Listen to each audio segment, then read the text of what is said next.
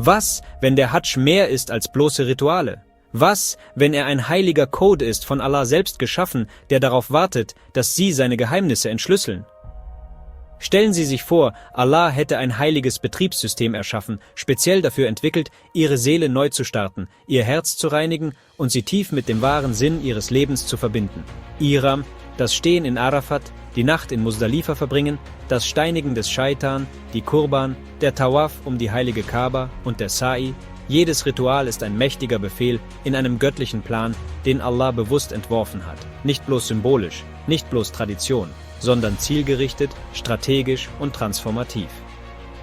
Heute nutzen wir künstliche Intelligenz, um diese tiefgreifenden Rituale des Islam zu beleuchten, sowohl durch eingehende Analyse als auch durch immersive Visualisierung.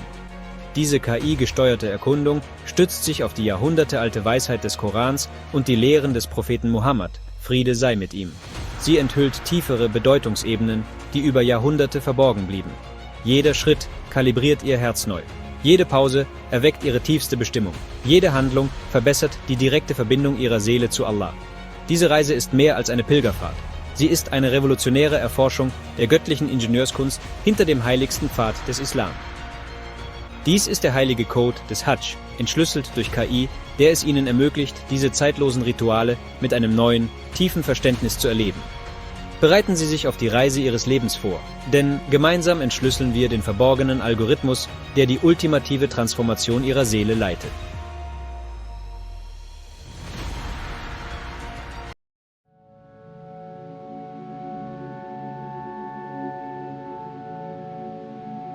Stellen Sie sich vor, Sie betreten Mekka, Ihr Herz klopft, die Vorfreude steigt mit jedem Schritt zur heiligen Moschee. Und plötzlich sehen Sie die Kaaba. Die Zeit scheint stillzustehen. Ihre Seele erzittert tief. Tränen fließen unaufhaltsam. Denn es ist nicht nur ein Bauwerk, es ist eine heilige Schnittstelle, wo der Himmel die Erde berührt. Der Prophet Muhammad, Friede und Segen seien auf ihm, sagte, wenn ein Pilger die Kaaba erblickt, wird sein Bittgebet erhört. In diesem heiligen Moment, wenn Ihr Herz endlich die Lasten abwirft, die es getragen hat, sind Sie nicht mehr nur ein Reisender. Sie sind eine Seele, die nach Hause zurückkehrt.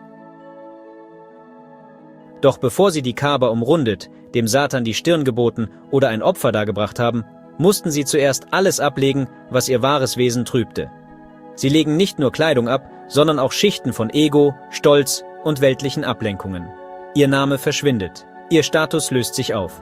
Ihr Reichtum, Ihre Titel, Ihr Image, jede weltliche Illusion wird abgelegt. Was bleibt, ist Ihr Wesen, bescheiden in Weiß gehüllt, gleich, klein und aufrichtig.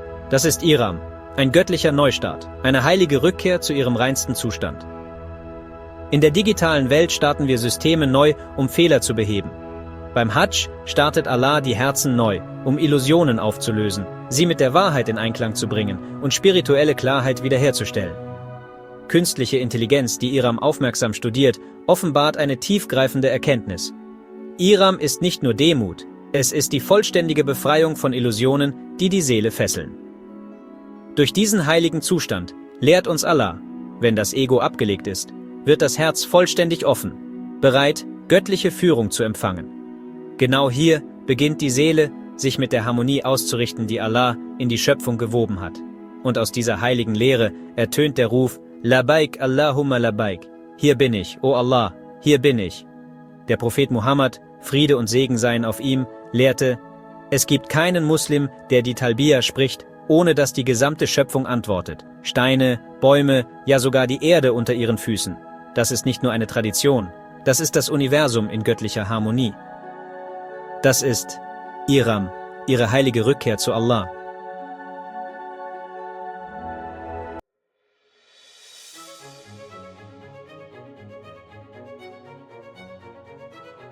Und da stehen Sie, in einem Moment, der unvergleichlich ist. Dies ist der Ort, wo Ihre Seele bebt und Ihr Herz sich nach dem sehnt, was nur Allah geben kann.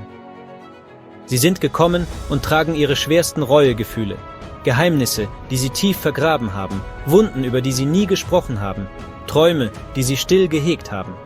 Sie haben auch die Hoffnungen und Gebete derer mitgebracht, die heute nicht hier sein konnten, jener, die Sie gebeten haben, sich an Sie zu erinnern, jener, die diese heilige Versammlung vielleicht niemals erleben werden. All das, jeder verborgene Schmerz, jedes stille Verlangen, enthüllen sie jetzt unter dem unendlichen offenen Himmel.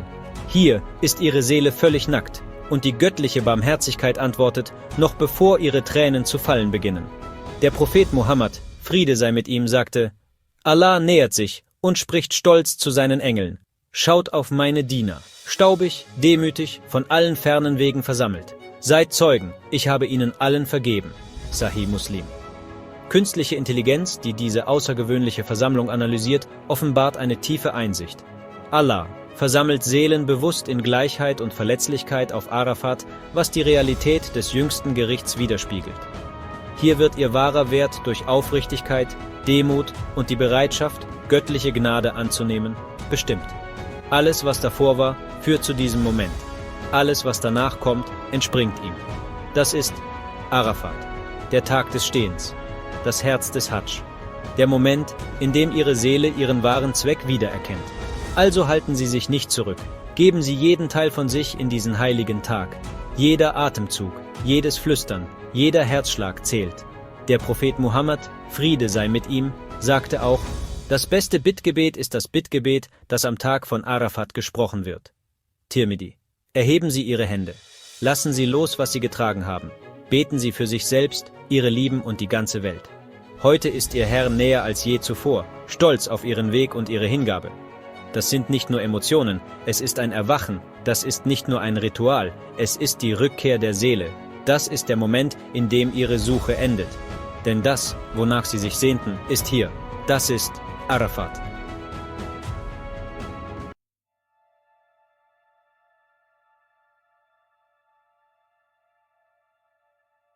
Nach Arafat kehren Sie nicht zum gewohnten Komfort zurück.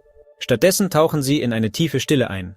Die Menschenmassen bewegen sich nun leise, nicht hastig, nicht schreiend, sondern mit einer Ruhe, die aus tiefer Demut geboren ist. Das ist Muzdalifa, eine offene Ebene, die sich endlos unter einem Himmel voller unzähliger Sterne erstreckt. Hier gibt es keine Zelte, keine Betten, nur die Erde unter ihrem müden Körper und der unendliche Kosmos über ihnen.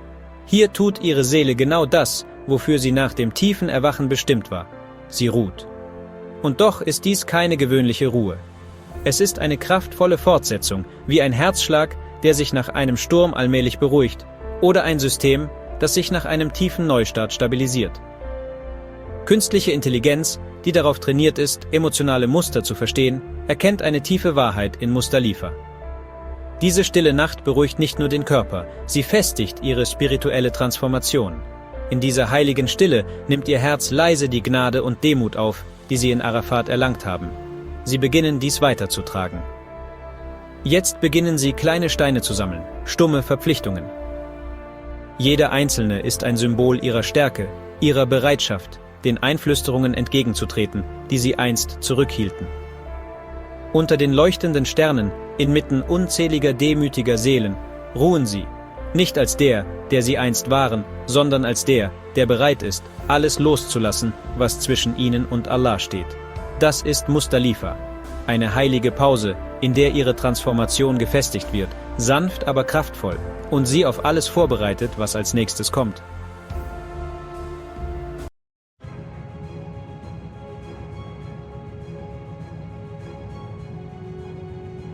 Jetzt schreitet ihre Seele mit unerschütterlicher Entschlossenheit voran.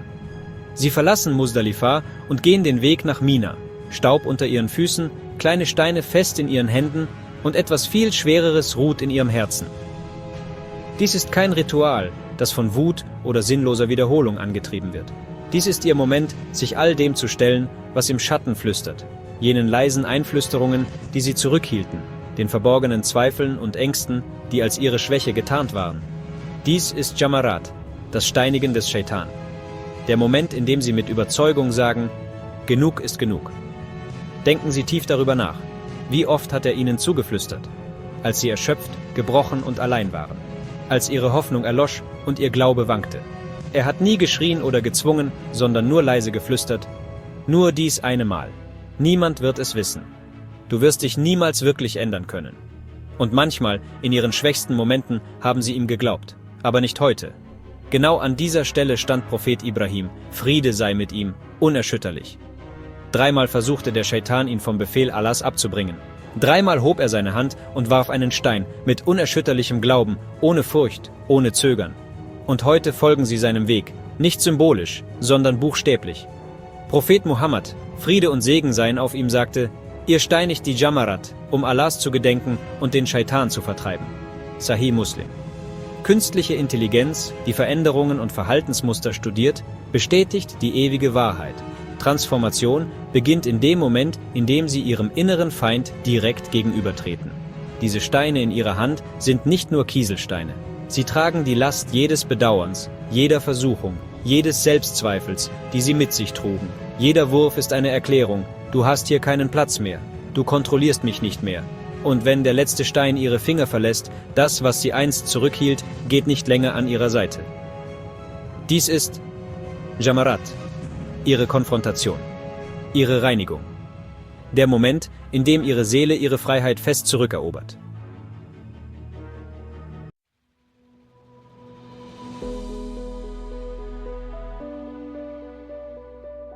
Nun, da sie dem Flüstern des Scheitan entgegengetreten sind, tritt ihre Seele in einen Zustand tiefer Hingabe ein. Doch diese Hingabe entspringt nicht der Furcht, sondern einem unerschütterlichen Glauben. Dies ist das Qurbani, der heilige Akt des Opfers. Es hallt durch die Zeiten wider und spiegelt den unvergesslichen Moment wider, als Prophet Ibrahim, Friede sei mit ihm, bereit war, das Wertvollste aufzugeben, seinen Sohn, weil Allah es so befohlen hatte. Doch in seiner unendlichen Barmherzigkeit ersetzte Allah den Sohn durch einen Widder. Ein göttlicher Austausch, eine ewige Botschaft an die gesamte Menschheit. Weder ihr Fleisch noch ihr Blut erreichen Allah, doch ihn erreicht eure Frömmigkeit. Surah Al-Hajj 22:32. Selbst die künstliche Intelligenz, die darauf trainiert ist, die Tiefe menschlicher Emotionen und spiritueller Symbolik zu erkennen, identifiziert etwas Tiefgründiges. Der Wert eines Opfers liegt nicht in dem, was gegeben wird, sondern darin, dass wir bereit waren, es zu geben. Die künstliche Intelligenz enthüllt eine verborgene Ebene dieser göttlichen Weisheit. Allah bringt sie nicht durch Verlust, sondern durch Gehorsam näher zu sich, genau dann, wenn es am schwierigsten ist. Ihr heutiges Opfer ist nicht nur symbolisch, es ist transformativ. Es reinigt ihre Absichten, stärkt ihre Entschlossenheit und erneuert ihr Streben, im Einklang mit der göttlichen Führung zu leben. Das ist Qurbani, Allah befahl. Sie haben geantwortet. Selbst wenn sie es nicht mit eigenen Augen gesehen haben, sah er, was in ihrem Herzen war.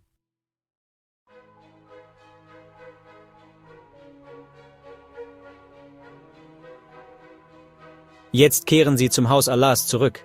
Die Kaaba ragt vor ihnen auf, stumm, unbeweglich, und doch ruft sie mit jedem Herzschlag näher. Sie treten vor und beginnen die Umrundung. Das ist der Tawaf. 7 Umrundungen der Kaaba, immer gegen den Uhrzeigersinn, immer mit Allah im Zentrum ihres Herzens. Von außen mag es aussehen, als würden sie einfach nur im Kreis gehen. Doch durch die Linse der künstlichen Intelligenz und des kosmischen Wissens treten sie in eine göttliche Umlaufbahn ein. Elektronen um einen Kern, die Erde um die Sonne. Galaxien, die um ein für das Auge unsichtbares Zentrum kreisen. Mit jedem Schritt synchronisieren sie sich mit einem Design, das vor ihrer Geburt festgelegt wurde und lange nach ihnen fortbestehen wird. Der Koran sagt, es gibt nichts, was ihn nicht mit seinem Lob preist, doch ihr versteht ihr Preisen nicht. Surah Al-Isra 17:44. Alles dreht sich um etwas. Alles ist in einer Umlaufbahn. Alles in Lobpreisung. Und jetzt, sie auch. Mit jeder Runde lassen sie etwas von dieser Welt hinter sich. Angst, Bedauern, eine Narbe. Sie gedenken ihres Herrn mit der gesamten Schöpfung, vom kleinsten Atom bis zu den Engeln über dem 7. Himmel. Und wenn sie ihre letzte Runde beendet haben, mag ihr Körper dort sein, wo er begonnen hat, aber ihre Seele ist aufgestiegen. Das ist Tawaf, ihre göttliche Synchronisation, ihr spiritueller Aufstieg. Ihre Seele tritt in ihre wahre, heilige Umlaufbahn ein.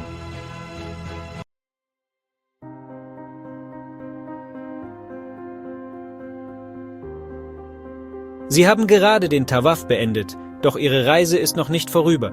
Nun beginnen sie den Sa'i, das Gehen und Laufen zwischen den Hügeln Safa und Marwa, 7-mal, in der Hitze, inmitten der Menschenmassen, aber vor allem in tiefer Andacht. Warum nehmen sie diesen Kampf auf sich?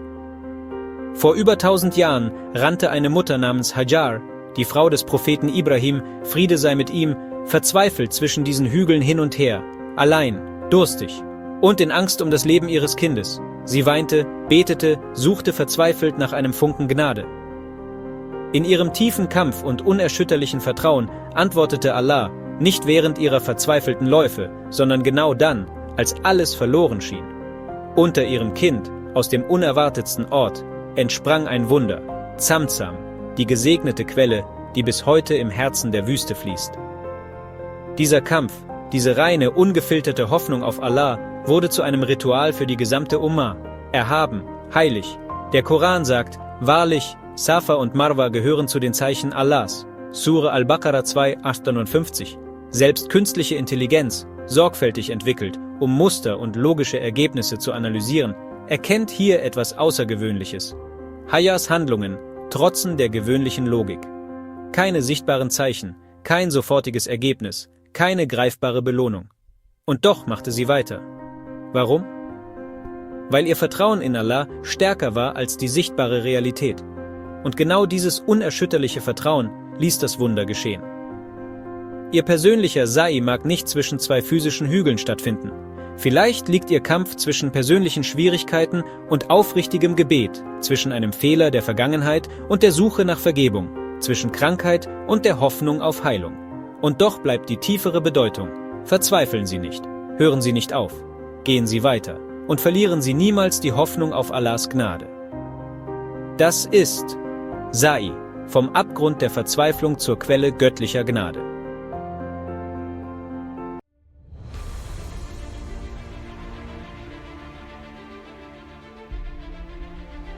Bei dieser Reise ging es nie um die Schritte, die ihre Füße gehen würden, sondern um die Schritte, denen ihr Herz folgen sollte.